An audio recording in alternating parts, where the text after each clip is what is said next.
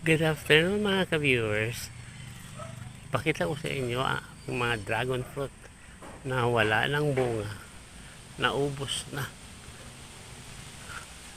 Mabuti nga this time walang nagnanakaw, kaya ayos lang. Ayun, ang dami na hindi pa lang namubunga kasi wala pa, hindi pa namunga. Oo, may isang bunga sa taas, di man makuha namin kasi nasa pinakamataas. Ayun nasa ibabaw ng pine tree, di makukita, di maabot. Kaya yung serpentina di ko naman ginagamit, nililinis ko lang yan pag may time akong magbunot ng mga basura dito.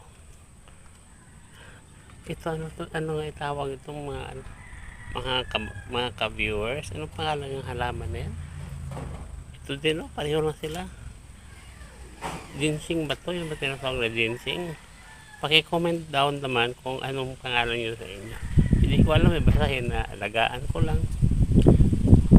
Sabi nga, ginseng daw yan. Ayan yung rose na lumulaktak na simula. Ayan, ang daming dragon fruit.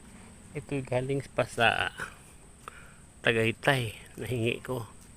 Ayun na, ang dami ng, ayun na naman ang ginseng.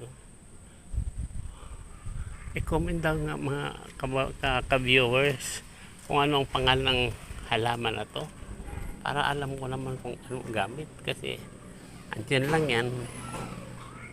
Paki-comment daw na.